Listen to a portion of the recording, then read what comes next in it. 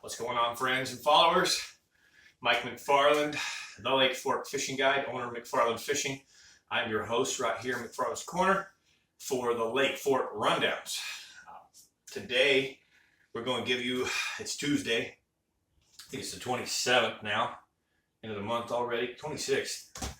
We're going to give you guys a rundown on Lake Fork after all that's happened and changed. And let me tell you, in the last 10 days, there's been some crazy change. Crazy change. If you live in these parts, you're real aware of the erratic weather we can have this time of year, the ups and downs. It can still be freezing cold. It can be subtropical Florida-like weather, where it's in the 80s.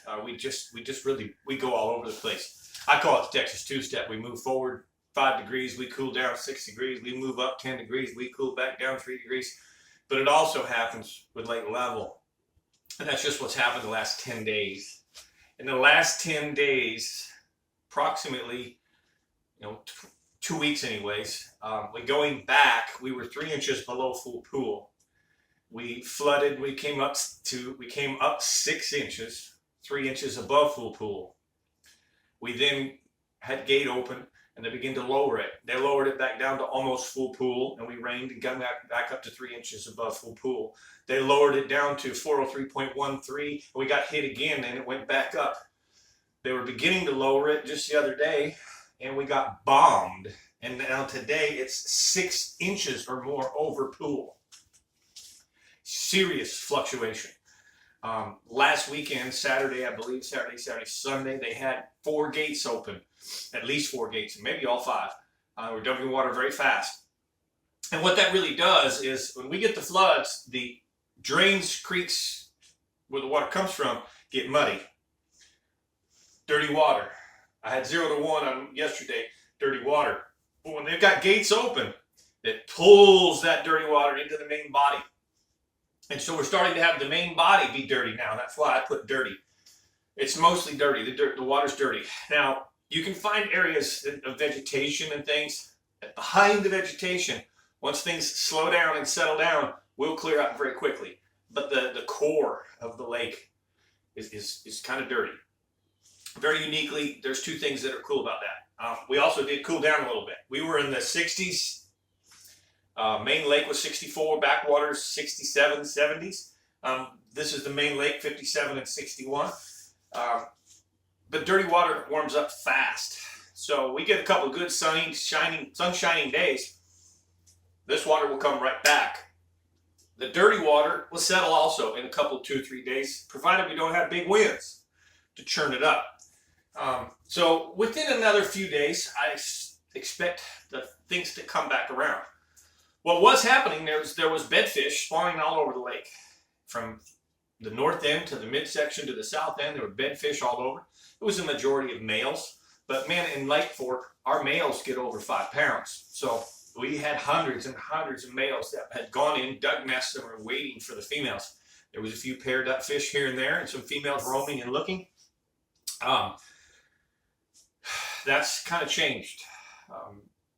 The last Thursday, Friday of last week, as I think I told you, I saw hundreds of empty nests. The males had pulled out. Even with the moon, last night or Sunday night was a full moon. Even with the moon, fish had actually pulled out. And I credit that to the up and down flow of the lake. So here's a few things you can do. Number 1, the big swim bait, glide big bite is starting to happen on the main lake points throughout the lake. There's a swim cheek bite in the backwaters. There's a frog bite in the backwaters. Couple, 2, 3 days, we should clear up. There should be some bedfish coming right back when we warm trend, and we're moving forward again. Chatterbait, spinnerbait, really good in dirty water. Squarebill, good in dirty water. Don't oust those baits. The key is to go slow. I know that a lot of guys are catching fish on Cincos, Texas rig creature baits, but the Cinco or the chopstick, the V&M chopstick, gone really slow, weightless. And some of those same areas, the fish aren't up in the nests, but if you just fish outside, that's all they did was pull back. They fish outside of those nests where you remember they were, if you did get to see them. But nice and slow, very, very slow. That's going to be the ticket. It's your best bet. Promise you that there is a great population of fish. Don't fish Lake Fork struggle and think there's not. It's these conditions, ups and downs, ups and downs. That's why I call it the Texas two-step, and I don't mean dancing. That affects the fish the most. So we are due. We've had some very erratic weather for 10 days. We're due for a little more stable time, but it's that time of year where we can still have cold fronts all the way through April. So this can continue on.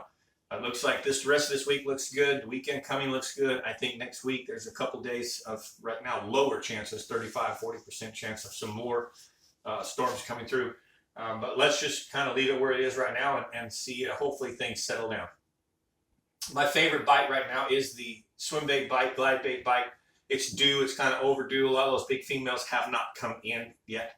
We had a great swim bait bite just a week back on Tuesday and a week ago today, and we had big sack, big fish, and most of them were fresh, meaning they were pale white. They had not been in the sun, so they had not been shallow.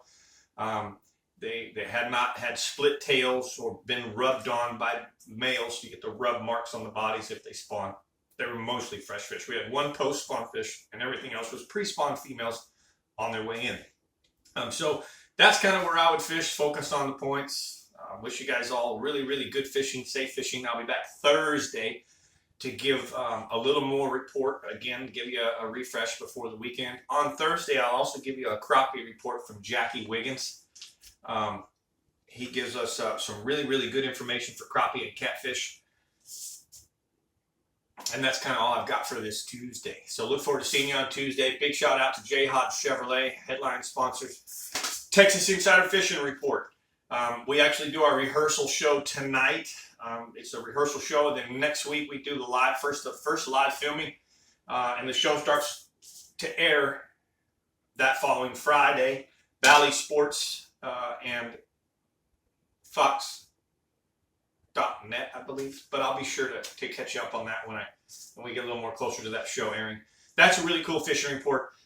Texas Insider Fishing Report airs every weekend for about the next 6 months.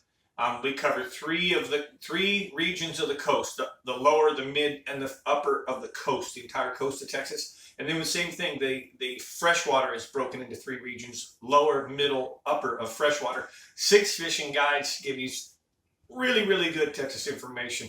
Be watching for that.